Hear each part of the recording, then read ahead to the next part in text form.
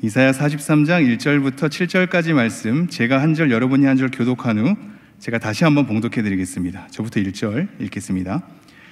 야곱아, 너를 창조하신 여호와께서 지금 말씀하시느니라. 이스라엘아, 너를 지으신 이가 말씀하시느니라.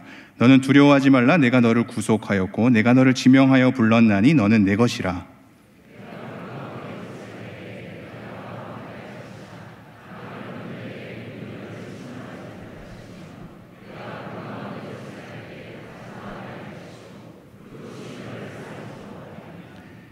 대전하는 여호와 내 하나님이요 이스라엘의 거룩하니요 내 구원자임이라. 내가 애굽을 너의 속량물로 구스와 스바를 너를 대신하여 주었노라.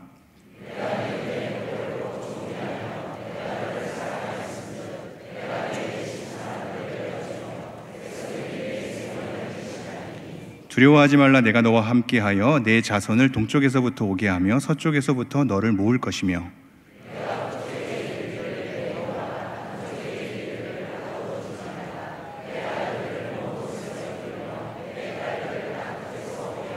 함께 읽겠습니다. 내 이름으로 불려지는 모든 자, 곧 내가 내 영광을 위하여 창조한 자를 오게 하라. 그를 내가 지었고 그를 내가 만들었느니라. 아멘. 제가 다시 한번 봉독하겠습니다. 내용 잘 헤아려 주시면 감사하겠습니다. 야곱아, 너를 창조하신 여호와께서 지금 말씀하시느니라. 이스라엘아, 너를 지으신 이가 말씀하시느니라. 너는 두려워하지 말라. 내가 너를 구속하였고 내가 너를 지명하여 불렀나니 너는 내 것이라.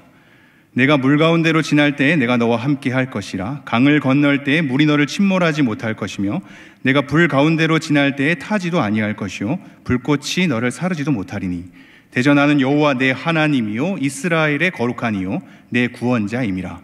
내가 애굽을 너의 속량물로 구스와 스바를 너를 대신하여 주었노라. 내가 내 눈에 보배롭고 존귀하며 내가 너를 사랑하였은즉 내가 내 대신 사람들을 내어주며 백성들이 내 생명을 대신하리니 두려워하지 말라. 내가 너와 함께하여 내 자손을 동쪽에서부터 오게 하며 서쪽에서부터 너를 모을 것이며 내가 북쪽에게 이르기를 내놓으라. 남쪽에게 이르기를 가두어 두지 말라. 내 아들들을 먼 곳에서 이끌며 내 딸들을 땅끝에서 오게 하며 내 이름으로 불려지는 모든 자, 곧 내가 내 영광을 위하여 창조한 자를 오게 하라. 그를 내가 지었고 그를 내가 만들었느니라. 아멘. 네. 여러 가지 생각이 있을 수 있고 또 이후에 예배 이후에 일정이 있어서 분주할 수 있고 많은 감정의 소용돌이 속에 있을 수 있지만 우리가 이 시간에 우리의 한 분 되신 하나님을 함께 바라보기를 간절히 소망합니다. 네, 오늘은 주일입니다. 주일은 안식일의 연장 속에 안식일의 의미를 가지고 우리가 지키게 되죠. 근데 왜 안식일의 의미를 가지고 주일에 지키게 되는지를 상고해 볼 때 예수님 때문에 그렇다는 것을 우리는 이미 알고 있습니다. 근데 예수님의 부활한 요일 자체가 중요한 것이 아니라 예수님의 부활이 가진 의미가 중요합니다. 예수님께서 죽음과 부활로 진정한 안식을 성취하셨기 때문입니다. 안식일의 주인이신 예수님께서 죽음과 부활로 진정한 안식을 성취하신 것이지요. 그렇다면 이 안식은 어디서부터 출발했을까?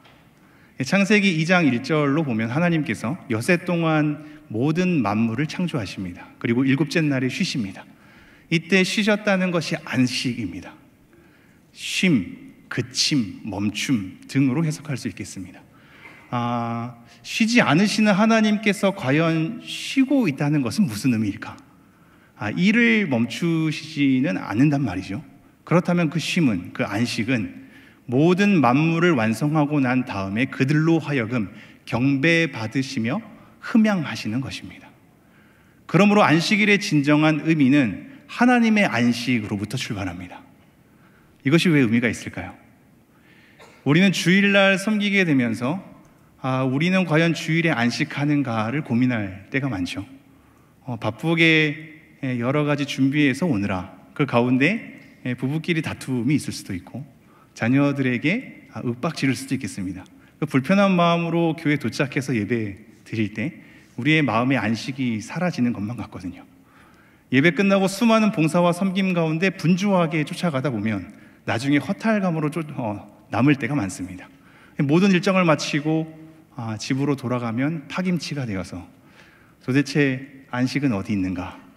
우리는 안식을 누리기는 하는 걸까에 대한 고민이 시작되긴 하죠.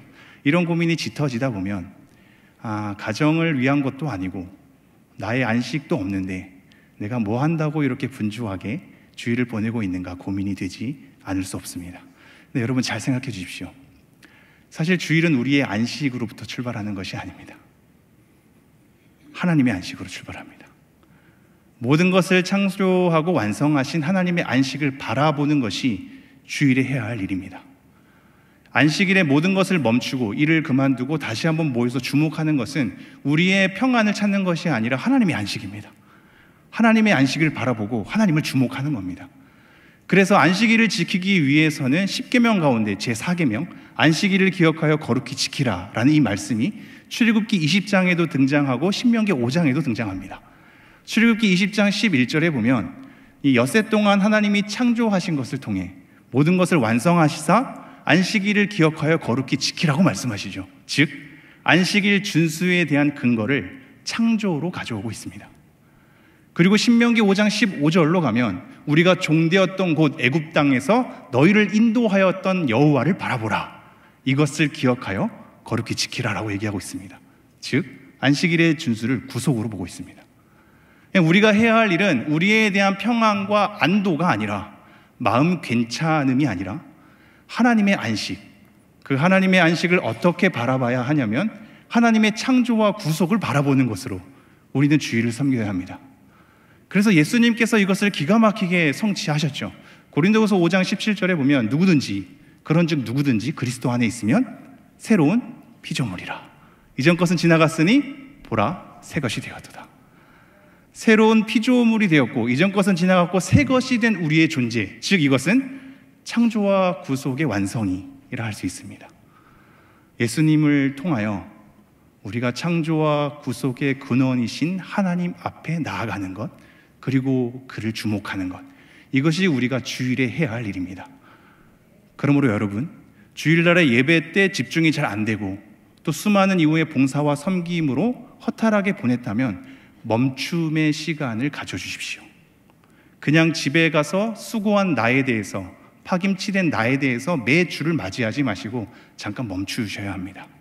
멈추고 하나님 앞에 서서 하나님의 창조와 구속을 바라보며 하나님의 안식을 바라보는 것으로 우리가 주일을 성수해야 할 것입니다.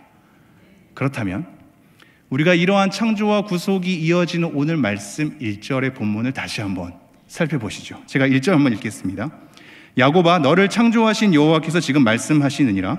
이스라엘아, 너를 지으신 이가 말씀하시느니라. 너는 두려워하지 말라. 내가 너를 구속하였고 내가 너를 지명하여 불렀나니 너는 내 것이라. 지금 창조와 구속이 두려워하지 말라라는 것 전후로 감싸고 있습니다. 우리는 이 말씀의 위로를 받을 때 내가 가지고 있는 두려움에 대한 해소, 안정감, 내 심리적인 평안함, 든든하게 힘이 되어주는 것으로 이 말씀을 읽어오지 않았습니까? 근데 이 말씀의 본연의 의도는 우리가 가진 결과로서의 마음의 안정감쯤이 아니라 하나님을 바라보는 거거든요. 나에게 두려워하지 말라라고 말씀하신 그 하나님을 주목하게 합니다. 창조하신 하나님, 구속하신 하나님을 주목하게 하는 겁니다. 그것이 우리로 하여금 두려워하지 말라고 언급하며 다가오신 하나님의 정체성이기 때문에 그렇습니다. 우리의 안식이 아니라, 두려워하지 않음에 대한 안심 자체가 아니라 그렇게 안심하게 만드시는 하나님의 창조와 구속을 바라보게 하는 것이 이 말씀의 본연의 의도입니다. 그러므로 이 말씀이 어느 맥락 가운데 등장하는지가 중요합니다. 지금 앞장에 보면 42장 18절로부터 25절이 등장하거든요. 거기서 우리를 어떻게 설명하는지를 한번 잠깐 보죠. 첫 번째는 뭐냐면 많은 것을 볼지라도 유의하지 않는다고 얘기합니다. 그리고 귀가 열려 있을지라도 듣지 아니한답니다. 그리고 여호와 하나님께 범죄한답니다. 하나님의 길로 다니기를 원하지 않는답니다. 그리고 그의 교훈을 순종하지 않는답니다. 우리에 대한 범죄의 행각이 다 드러나고 있거든요. 듣지 않고 보지 않고 순종하지 않고 하나님의 길로 다니기를 원치 않는 범죄한 투성이인 우리에게 나중에 41장 42장 끝에 뭐라고 마무리가 되냐면 여호와께서 맹렬한 진노와 전쟁의 위력으로 이스라엘에게 쏟아 넣겠다, 이렇게 얘기합니다. 맹렬한 진노, 전쟁의 위력으로 하나님께서 쏟아내는 겁니다. 자, 그렇다면 우리의 범죄한 투성임을 노출시키면서 하나님의 진노로서 마무리되는 이 맥락 속에 오늘 43장 1절이 등장하고 있단 말입니다. 근데 오늘 이 1절에서는 번역되지 않은 원문이 앞에 접속사가 있는데요, 그러나입니다. 뭐라고 시작되냐면 그러나 지금입니다. 그러나 지금 내가 말한다. 너를 창조하고 너를 지은 나 여호와가 말한다. 너네가 앞전에서 수많은 범죄 때문에 맹렬한 진노를 샀고 하나님의 심판이 쏟아질 수밖에 없겠지만, 너네들의 상태는 그러하지만, 너네들의 결국은 그러하지만, 그러나 지금 내가 말할 것이다, 이렇게 얘기하고 있는 겁니다. 내용의 전환을 가져오고 있습니다. 우리로 하여금 하나님께 다가갈 수 없는 처지와 상황 가운데에서 다시 한번 하나님의 구속을, 하나님의 창조를 바라보게 하면서 그러나 지금 내가 말한다. 너의 상태에 주목하지 마라. 심판받을 것에 대한 근거가 가득한 너네들의 모습에 주목하지 마라. 일어날 힘이 없을 것이다. 그러나 지금 내가 말한다. 너희를 창조하고 너희를 지은 나 여호와가 말한다. 두려워하지 말라. 이렇게 얘기하는 겁니다. 여러분, 이 말씀을 가지고 하나님의 창조와 구속을 주목하십시오. 그리고 그러한 주목 가운데 두려워하지 말라는 하나님의 마음을 읽어내십시오. 이 두려워하지 말라라는 내용 자체는 성경에 허다하게 등장합니다. 마음을 강하게 하고 담대히 하라. 놀라지 말라. 두려워하지 말라. 내가 어디를 가든지 내 하나님 여호와가 너와 함께 하시느니라. 이것이 여호수아에게 했던 말씀 아닙니까? 지금 우리가 43장을 보고 있는데 앞전에서도 그런 말씀이 등장합니다. 두려워하지 말라. 내가 너와 함께 함이라. 놀라지 말라. 나는 너의 하나님이 됨이라. 내가 너를 굳세게 하리라. 참으로 너를 도와주리라. 참으로 하나님의 의로운 강한 이 손으로 너를 붙들리라. 이 두려워하지 말라는 것이 도배되어 있습니다. 사사기 6장에 가보면 우리가 이번 주에 묵상했던 기드온이 하나님의 사자를 대면합니다. 죽겠다고 엎드리거든요. 그러니까 두려워하지 말라. 죽지 아니할 것이다. 요한복음 6장에 가서도 무리를 걷는 예수님께서 제자들에게 다가옵니다. 제자들이 무서워서 벌벌 떨거든요. 그러니 내니 두려워 말라. 디모데후서 1장 7절에도 하나님이 우리에게 주신 마음은 두려워하는 마음이 아니에요. 오직 능력과 사랑과 절제하는 마음이니. 모든 것에 두려워하지 말라는 것이 성경 전반에 도배되어 있습니다. 그렇다면 두려움은 언제 어디에서 출발하였을까요? 창세기 3장으로 돌아가면 아담과 하와가 범죄하지 않습니까? 범죄하고 난 다음에 숨어버립니다. 자기의 죄의 행동과 존재에 대해서 은닉한단 말입니다. 그러니까 하나님께서 어디 있는지 알고 계시지만 물으시죠. 내가 어디에 있느냐? 그때 아담과 하와가 얘기한 말이 뭔지 아십니까? 내가 벗었으므로 두려워해요. 숨었나이다입니다. 그러므로 두려움의 반대는 용기가 아닙니다. 두려움의 반대는 평안, 샬롬입니다. 하나님의 테두리에서 벗어나면, 하나님의 관계에서 끊어지면 우리는 온갖 걱정과 온갖 염려 때문에, 나의 불확실함 때문에 내 처지의 상태를 온전히 발견할 수 없어서 은닉할 수밖에 없는 내 마음 때문에 우리는 두려워하는 것입니다. 이러한 두려움 속에 있는 우리에게, 우리의 상태로서는 일어날 수 없는 우리에게 하나님은 창조와 구속을 바라보게 하시면서 우리로 하여금 두려워하지 말라, 이렇게 얘기하고 있습니다. 여러분, 이 말씀이 불안과 걱정과 염려 때문에 주저앉은 누군가가 있다면 그분들에게 위로가 되었으면 좋겠습니다. 그분들에게 일어날 힘이 되었으면 좋겠습니다. 두려워서 마음이 무너진 그들에게 창조와 구속을 바라보게 하시면서 우리로 하여금 두려워하지 말라고 말씀하시는, 다시 한번 일으키게 하시는 하나님의 사랑을 읽어내어 그 속에서 힘을 얻고 일어나는 여러분 되었으면 좋겠습니다. 그러나 여러분, 지금 두려워하지 말라라는 이 문구 하나로 여러분에게 위로가 안 될 수도 있겠습니다. 사실 문구가 숱하게 구호로서만 들려오면 우리의 마음에 와닿지 않기 마련이거든요. 그래서 그 다음 문장을 한번 보시죠. 다음 문장이 이렇게 되어 있습니다. 내가 너를 지명하여 불렀나니 너는 내 것이라. 하나님께서 우리 한 명 한 명을 아셔서 지명하여서 우리를 불렀답니다. 그리고 하나님의 것으로 삼아주셨답니다. 여러분, 이게 여러분에게 위로가 되십니까? 그냥 아멘이라고 얘기하지 마시고 진정으로 들여다보십시오. 여러분에게 진짜 이것이 아멘이 되십니까? 여러분, 하나님의 것이라는 것이 당연히 어떤 누군가에게 지금 두려워하지 말라라는 이 문구 하나와 너는 내 것이라는 문구 하나만으로 어떤 절박한 환경에 처한 그에겐, 지푸라기라도 잡고 싶은 심정에 있는 누군가에게는 이 말씀 하나로 해석되지 않아도 그에게는 위로와 힘을 가져다 줄 수 있겠습니다. 성령의 역사하심으로 그렇게 일하실 수 있겠죠. 그러나 어떤 이에게는 이것이 그냥 문구로서 하나님의 것이라는 것이 큰 감흥이 없을 수도 있겠거든요. 왜 그럴까요? 하나님의 것이라는 것에 대한 의미가 현실적으로 와닿지 않기 때문일 겁니다. 하나님의 것이라고 한들 내 삶에 변화가 없는 겁니다. 여러분이 하나님의 것인들 여러분 삶에 어떤 변화가 있으셨습니까? 없지 않습니까? 그러니 하나님의 것이라고 한들 어떠한 위로나 평강도 나에게 주어지지 않는 것만 같습니다. 그러니 우리는 내 것이라고 말씀하시는 이 하나님의 말씀 앞에 조금 더 들어가 보죠. 세 가지 의미를 조금 더 살펴보겠습니다. 하나하나 깊게 다뤄야 될 내용이지만 그냥 흐름 가운데 조금 중요한 맥락만 한번 살펴보죠. 지금 하나님은 내 것이라고, 하나님이 우리로 하여금 내 것이라고 할 때 이 다가옴을 보십시오.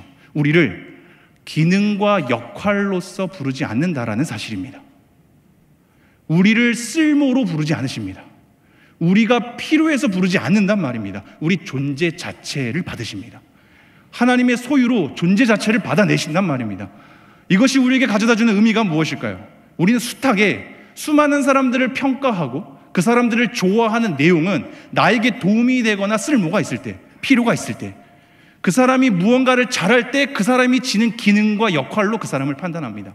말씀 좋아하고 말씀 잘하는 거 좋아하지 않습니까? 찬양 잘하고 기도 잘하는 사람 좋아하지 않습니까? 봉사 잘하고 열심히 있고 교제에 활발한 사람 좋아하지 않습니까? 우리는 숱하게 교회 안에서도 기능과 역할로 그 사람을 판단하곤 합니다.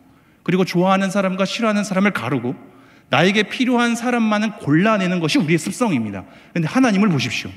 하나님은 우리가 필요해서 부른 존재가 아니란 말입니다. 우리를 쓸모로 부르지 않았습니다. 우리의 기능과 역할을 보고 우리를 부르신 것이 아니란 말입니다. 하나님은 우리 존재 자체를 부르셨습니다. 우리가 뭔가 도움을 주기 때문에 우리를 부르신 분이 아니란 말입니다. 하나님은 그분 자체로 완전하십니다. 하나님은 그분 자체로 전능하신 분입니다. 부족함과 결여함이 없습니다. 그러니 내가 필요해서, 내가 어떤 사명의식에 고취돼서 무언가를 할 때 하나님 나라의 확장을 위해서 무언가를 기여하는 것을 우리를 부른다고 우리는 착각하지만 하나님은 우리의 기능과 역할이 필요 없습니다. 사실상 그분 자체로 완전히 그 일을 이루어낼 수 있는 분이십니다. 그럼에도 불구하고 우리의 존재를 사랑하사 존재를 받아내셔서 하나님 스스로도 충분하지만 우리의 모든 기능과 역할을 하나님의 도구로 사용해 주시는 분이신 겁니다. 하나님의 일에 참여하게 하십니다. 하나님 그분만으로 충분한데 우리의 존재를 사랑하사 우리를 받아내셔서 함께 동행하기를 원하시는 거란 말입니다. 그것이 내 것이라는 하나님의 호소 속에 들어가 있는 첫 번째 의미입니다. 두 번째는 우리가 이렇게 생각하죠. 내 것이라고 얘기할 때 하나님의 소유가 된 것 같아서 우리의 주체성을 잃은 것만 같습니다. 그러니 늘 수동적으로, 늘 결정된 채로, 늘 우리에게 펼쳐진 운명처럼 하나님의 주권을 아니까 모든 것이 결정대로 끌려가는 것만 같습니다. 그러한 가운데 우리가 하나님께 이렇게 요구할 때가 있죠. 하나님, 만약에 악이 내 삶 가운데 나타나면, 고통과 고난이 내 삶 가운데 나타나면 하나님께서 미리 그곳 가운데 가셔서 이것을 막아주십시오. 이렇게 우리가 기도할 때가 있습니다. 여러분 잘 생각해 보십시오. 하나님께서 그렇게 많이 막아주신 적이 있습니까? 막아주신 적이 많이 없군요. 하나님은 충분히 막아주실 수 있기도 하지만 대부분은 그렇게 일하시지 않거든요. 왜 그런지 아십니까? 왜 악함이 있음에도 불구하고, 왜 고통과 고난이 몰려옴에도 불구하고 하나님은 다 막지 않냐? 막는다는 것은 악을 제거하는 것이고 악을 일으킬 수 있는 가능성을 차단한다는 것이거든요. 그렇다면 이것은 곧 뭘 얘기하냐면 우리의 자유가 박탈된다는 것을 얘기합니다. 따라오실런지요? 하나님은 우리가 악을 저지를 수 있는 가능성이 있음에도 불구하고 내 스스로 성령을 쫓아서 하나님을 경배하기를 원하십니다.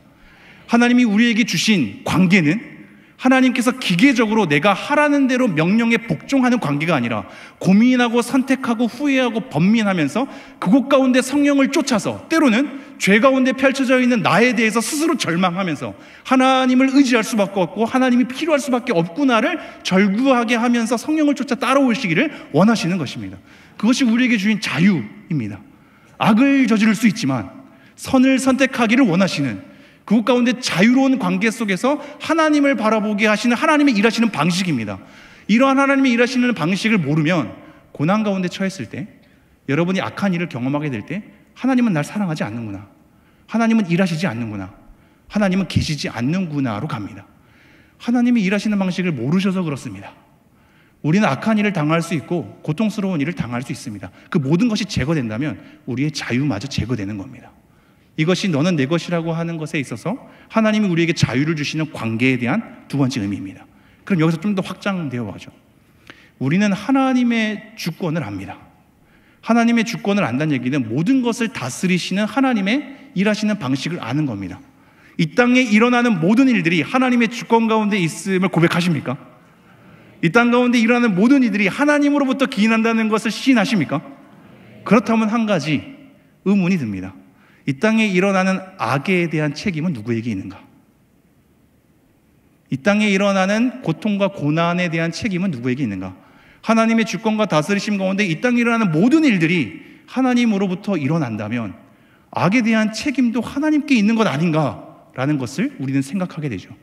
이것을 해결하기 위해 수많은 신학자들은 허용적 작정이란 표현을 들어서 우리를 이해시켜 왔습니다. 허용적 작정입니다. 작정이란 단어는 하나님의 뜻과 계획 가운데 그 일들을 이루어내시도록 정하는 것을 얘기합니다. 그런데 악의 문제에 있어서는 하나님께서 적극적으로 그 일을 이루시는 것이 아니라 허용하시는 것으로 하나님의 뜻을 이룬다라는 표현이죠. 여러분, 이 표현이 어떻습니까? 여러분에게 많은 것에 대한 의문을 해결합니까? 아니라고요? 그런데 한 가지 생각해 보죠. 허용적 작정이란 단어가 모든 신학자가 동의한 것이 아니고 모든 신학자가 선호한 용어는 아닙니다. 그 이유는 허용적 작정이란 단어 자체가 하나님을 수동적으로 만들기 때문입니다. 하나님이 가지고 있는 주권이, 이 땅을 다스리는 하나님의 다스리는 방식이 수동적이라니요. 뭔가 용납할 수 없는 느낌이 들지 않습니까? 근데 여러분, 한 가지 잘 생각해 주십시오. 하나님은 악에 있어서 수동적일 수밖에 없습니다. 왜냐하면 하나님은 선하신 분이거든요. 하나님의 일하시는 방식을 이해하기 가장 좋은 근거는 하나님이 어떠한 존재인가를 이해하는 겁니다. 하나님은 악이 아니라 선이시기 때문에 선 밖에 하실 줄 모르는 분이십니다. 즉, 악을 일으킬 수 없는 분이란 말입니다. 그러니 악에 있어서는 수동적일 수밖에 없습니다. 악은 하나님이 일으킨 것이 아니기 때문에 하나님으로부터 출발하는 것이 아니지만 발생된 모든 상황 가운데 하나님의 주권이 있기에, 하나님의 다스림이 있기에 그 모든 악마저도 하나님의 주권 안에 놓이게 하시는 것이 하나님의 일하시는 방식입니다. 그리고 그렇게 허용한 이유는 악이 하나님을 이길 수 있는 가능성이 있어서가 아니라 그러한 악에도 불구하고 하나님께서 악을 선으로 바꾸사 선을 완성할 수 있는 분이시기 때문에 그렇습니다. 여러분, 이것을 잘 생각하셔야 합니다. 여러분의 모든 악함과 여러분의 모든 수많은 타인의 악함, 이 사회의 모든 부조리와 이 사회의 뒤틀림과 왜곡 가운데 우리는 악을 경험할 수밖에 없을 겁니다. 하나님 그거 다 막지 않으십니다. 자유로운 관계 속에 당하게 하십니다. 그러나 하나님께서는 그 악을 일으키는 분은 아니나 하나님의 주권이 있기에 악을 악대로 놔두지 않으신단 말입니다. 결국은 하나님께서 선으로 완성하신단 말이죠. 이것 때문에 하나님이 허용하시는 거며 그곳 가운데 하나님의 주권이 우리로 하여금 실패하지 않는 걸음으로 하나님께서 완성하신단 말입니다. 이 세 가지 의미를 생각하게 될 때 2절의 말씀이 무슨 의미인지를 다시 한번 들여다볼 수 있습니다. 제가 2절 말씀 읽죠. 내가 물 가운데로 지날 때에 내가 너와 함께 할 것이라. 강을 건널 때에 물이 너를 침몰하지 못할 것이며 내가 불 가운데로 지날 때에 타지도 아니할 것이요 불꽃이 너를 사르지도 못하리니. 여러분, 이 말씀을 그냥 읽었을 때 늘 아멘 하셨을 겁니다. 우리가 물 가운데 지날 때에도 침몰하지 않을 것이라고, 불 가운데 지나도 우리가 타지 않고 사르지 않을 것이라고 얘기합니다. 여러분, 만약에 그렇다면 우리 가운데 익사 사고나 그 화재 사고는 일어나지 않아야 되지 않습니까? 그렇죠. 그것이 일어나는 사람은 하나님께서 버린 자입니까? 이 말씀을 단순하게 읽어낼 수 없단 말이죠. 지금 이 말씀을 잘 들여다보십시오. 하나님께서는 불을 경험하게 하지 않을게, 물 가운데 위기를 경험하지 않을게, 그 모든 악에 대한 내용과 고통의 내용을 제거해 줄게라고 얘기하지 않고 그곳 가운데 내가 함께 할게라고 얘기합니다. 불 가운데로 지날 때도 내가 그곳 가운데 함께 할게, 위기 당하겠지만 내가 함께 할게, 물 때문에 내가 침몰당할 위기 가운데 있지만 내가 함께 할게. 근데 그러면서도 침몰당하는 위기와 불로 살라지는 위기가 우리 가운데 있단 말입니다. 이 악에 대한 내용들이 우리 가운데 여전히 있습니다. 그러나 하나님께서는 이것을 내버려 두는 이유는 하나님께서 이 악 속에서도 선을 만들어낼 수 있는 분이기 때문입니다. 그러므로 이 말씀은 이렇게 해석해야 됩니다. 우리가 물 때문에 침몰당할 수도 있습니다. 불 때문에 우리가 살라질 수도 있겠죠. 그러나 침몰당하는 것으로 결국 맞춰지지 않게 하실 겁니다. 하나님의 결국은 불에 타도 불에 타지 않는 것으로 하나님께서 결국은 선으로서 완성시키실 겁니다. 때로는 우리가 침몰을 당하겠지만 그 침몰이 침몰로 끝나지 않도록 하나님께서는 선을 일구어내실 겁니다. 그러므로 저는 이 말씀을 신뢰합니다. 우리가 어떠한 고통과 어떠한 고난과 수많은 악에 대한 노출 가운데에서 힘겨울지라도 하나님은 그걸 그대로 내버려 두지 않으시고 그것 가운데 선을 만드사 하나님의 이끄심으로 우리를 완성하겠다는 하나님의 약속이 들어있는 말씀이기 때문입니다. 그러므로 3절 이렇게 이어집니다. 대저 나는 여호와 내 하나님이요 이스라엘의 거룩한 이요 내 구원자임이라. 내가 애굽을 너의 속량물로 구스와 스바를 너를 대신하여 주었노라. 대저란 얘기는 왜냐하면입니다. 왜냐하면 내가 너네들을 이렇게 끌고 가고 끝까지 그 악에도 불구하고 버티면서 인내하며 잡아 이끌어서 선으로 완성시키는 이유는 여호와 나는 여호와 내 하나님이요 이스라엘의 거룩한 이요 내 구원자이기 때문이다. 그리고 이러한 구속이 이루어지기 위해서 애굽을 너의 속량물로 구스와 스바를 너를 대신하여 주었노라. 공의로운 희생이 필요한 겁니다. 우리를 구속하기 위해서 공의로운 희생을 통해서 이루어내셨답니다. 잠언 21장 18절에 보면 악인들을 우리의 속전으로 사악한 자를 하나님의 사람에 대한 대신으로 드렸답니다. 그리고 이것이 신약에서 어떻게 이루어지죠? 우리 주 예수 그리스도께서 모든 죄를 짊어지고 공의로운 희생을 통해서 완성을 시키시는 겁니다. 우리의 구속은 그러한 겁니다. 공의로운 희생을 통해서 하나님께서 완성해 나가는 구속이 이루어진 것입니다. 그러므로 4절 말씀이 이렇게 이어지죠. 내가 내 눈에 보배롭고 존귀하며 내가 너를 사랑하였은즉 내가 내 대신 사람들을 내어주며 백성들이 내 생명을 대신하리니.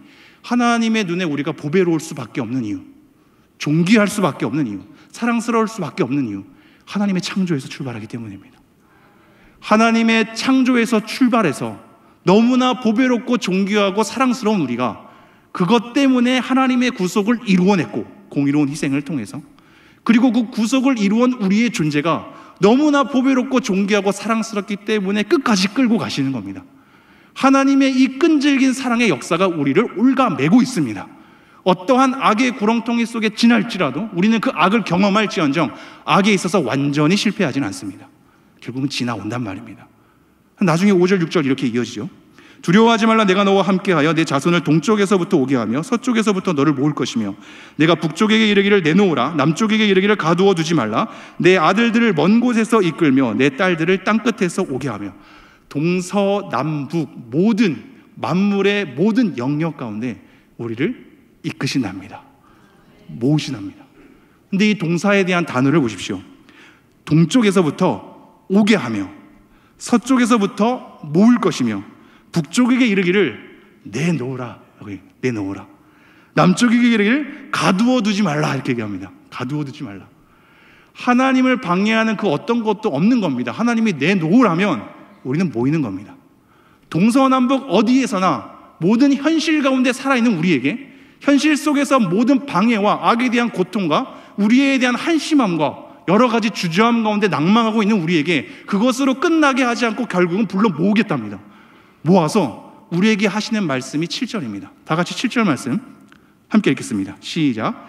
내 이름으로 불려지는 모든 자 곧 내가 내 영광을 위하여 창조한 자를 오게 하라. 그를 내가 지었고 그를 내가 만들었느니라. 지금 그렇게 불러 모은 우리를 뭐라고 얘기한다고요? 내 이름으로 불려지는 모든 자입니다. 내 이름으로 불려지는 모든 자랍니다. 이 말씀을 들어보고 기억한 적이 있으신지요? 이 어마어마한 말씀이거든요. 이 말씀을 알아야 합니다. 이 말씀을 알아야 됩니다. 하나님의 이름으로 불려진답니다.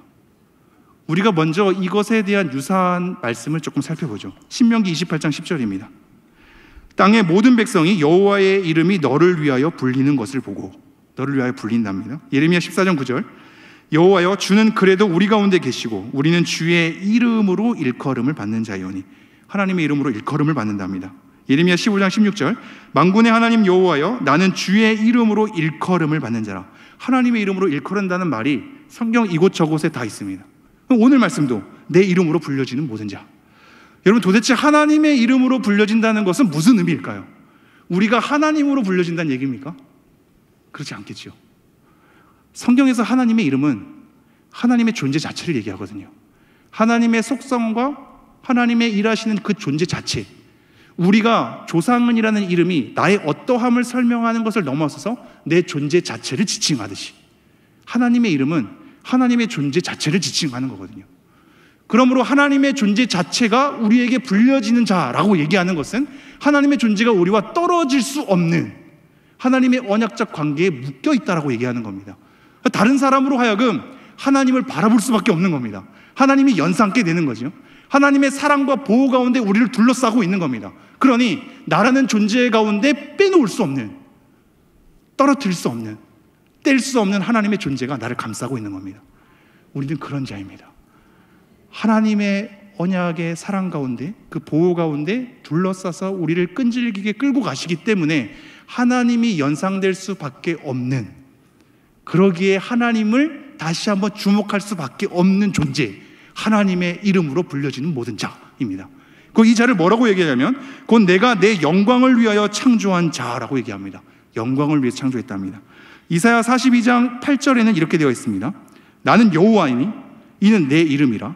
나는 내 영광을 다른 자에게, 내 찬송을 우상에게 주지 아니하리라. 여러분, 하나님께서 우리로 하여금 받으시는 그 영광을요, 다른 자에게 빼앗기지 않겠답니다. 이것은 곧 뭘 얘기하냐면 우리를 독점하시겠답니다. 이것의 또 다른 표현은 질투하는 하나님입니다. 내가 하나님을 향해서 찬미하는 그 모든 것, 하나님의 영광스러움을 바라보는 그 모든 것을 다른 자에게 빼앗기지 않겠다. 그들에게 이것을 흘러가게 하지 않겠다. 오직 나만 바라보게. 나를 독점하사 하나님의 사랑 가운데 내 찬미를 받으시는 하나님의 사랑의 절규가 여기에 적혀 있습니다. 하나님의 영광은 하나님의 빛남이거든요. 하나님의 아름다움이거든요. 하나님의 하나님 되심이거든요. 하나님의 하나님 되심이 우리로 하여금, 우리의 인정 따위는 필요 없는데 우리로 하여금 그거를 고백하기를 원하시는 겁니다. 하나님의 영광을 찬미하며, 하나님의 아름다움을 찬미하며, 하나님의 하나님 되심을 우리의 입술 가운데 고백하며 하나님을 우러러 바라보기를 원하시는 것이 내 영광을 위하여 창조한 자입니다. 그리고 마지막에 이렇게 되죠. 내 영광을 위하여 창조한 자를 오게 하라. 그를 내가 지었고 그를 내가 만들었느니라. 지금 이 세 가지의 창조의 단어, 창조와 지었다는 것과 만들었다는 것을 하나님이 의도적으로 다른 표현을 쓰시거든요. 처음에 창조는 무에서 유로서의 창조입니다. 우리의 시작이죠. 두 번째 지었다는 것은 이미 창조된 자를 하나님께서 계속해서 만들어가는 하나님의 빚어짐입니다. 하나님께서 우리를 빚어가는 거죠. 마지막에 만들었느니라는 결국은 하나님께서 완성으로 이 작품을 완성케 하시겠다는 의미입니다. 우리를 놓지 않으십니다. 우리로 하여금 시작하게 하신 하나님께서 과정 가운데 우리를 빚으시고 현실 가운데 낭망하는 우리를 다시 일으키사 다시 한번 그 길을 걷게 하시고 결국은 완성하신다는 것입니다. 그러므로 마지막 말씀 한번 살펴보죠. 이사야 43장 21절 말미는 이렇게 되어 있습니다. 이스라엘아 너는 나에게 잊혀지지 아니하리라. 이사야 49장 15절 말미 그들은 혹시 잊을지라도 나는 너를 잊지 아니할 것이라. 이사야 46장 3, 4절 배에서 태어남으로 내게 안겼고 태에서 나무로부터 내게 업힌 너희여 너희가 노년에 이르기까지 내가 그리하겠고 백발이 되기까지 내가 너희를 품을 것이라. 내가 지었은즉 내가 업을 것이요 내가 품고 구하여 내리라. 우리가 걷지 못하면 안으시겠답니다. 가다가 힘들어서 노년이 되어 기진맥진하면 업고 가시겠답니다. 이것이 우리를 향한 하나님의 사랑의 내용이며 호소입니다. 말씀 정리하겠습니다. 우리는 여전히 수많은 일들 때문에 걱정하고 불안해합니다. 두려움에 대한 근본적인 감정은 걱정과 염려, 불확실함 때문이거든요. 하나님의 평강의 관계를 떠나서는 우리는 이러한 두려움 앞에 놓일 수밖에 없을 겁니다. 그러한 우리의 현실 앞에 하나님께서 뭐라고 얘기하시냐면 내가 너를 창조하였고 내가 너를 지었다. 두려워하지 말라라고 얘기합니다. 그 두려움의 현장에서 건져내시겠답니다. 왜냐하면 우리는 하나님께서 지명하여 부르신 하나님의 것이기 때문입니다. 하나님의 것이라는 내용을 오해하지 마십시오. 하나님의 것이 됐다고 해서 모든 것이 다 우리가 원하는 대로 풀리지 않는다는 것을 우리가 알고 있습니다. 때로는 우리의 욕망 때문에, 우리의 죄됨 때문에 고통을 당하기도 하고, 때로는 남들의 악함 때문에 고통을 당하기도 합니다. 때로는 이 사회의 악, 이 사회에 대한 모든 구조의 왜곡됨과 뒤틀림 때문에 우리가 악을 당하기도 합니다. 그 모든 것이 일어난 걸 다 하나님의 책임으로 돌릴 수 없습니다. 악에 대한 책임을 통하여서 우리에게 펼쳐지는 거거든요. 그러므로 여러분이 당한 모든 악한 일이 있을 때 하나님이 마치 그것을 여러분의 훈련을 통해서 의도적으로 연출한 것이라고 생각할 필요가 없으십니다. 하나님께서 일으키진 않으시나 우리는 악을 당할 수 있는 것이란 말입니다. 그러나 그러한 가운데 하나님의 주권이 발휘되기에 우리를 그러한 악 가운데 실패하는 자로 내버려 두지 않는단 말입니다. 결국은 하나님께서 선으로 우리를 이끄실 것입니다. 여러분의 모든 현실 가운데 우리는 때론 넘어지기도 하고 쓰러지기도 하겠지만 괜찮습니다. 여러분, 잠시 넘어졌다 일어나면 됩니다. 힘들면 잠시 앉으면 됩니다. 너무 앞으로 전진하기 힘들면 뒤로 조금 걸으면 되지요. 그리고 나서 다시 모든 현장과 모든 현실 속에 놓여있는 하나님의 사랑과 위로를 바라보시면서, 하나님의 창조와 구속을 바라보시면서 다시 한번 조금씩 내딛으면 됩니다. 우리가 할 수 있는 만큼만, 그 넘어서는 할 수 없습니다. 할 수 있는 만큼만 걷고 하나님의 위로를 받으며 끈질기게 우리를 사랑하사 우리를 보배롭고 존귀하게 여기시는 하나님의 사랑 속에 하나님의 이름으로 불려지는 자들로 살아가는 여러분 되기를 간절히 소망합니다. 지금 이 땅 가운데서도 수많은 교회가 하나님의 이름으로 불려지는 자로 하나님을 찬미할 것입니다. 세계 열방도 그렇습니다.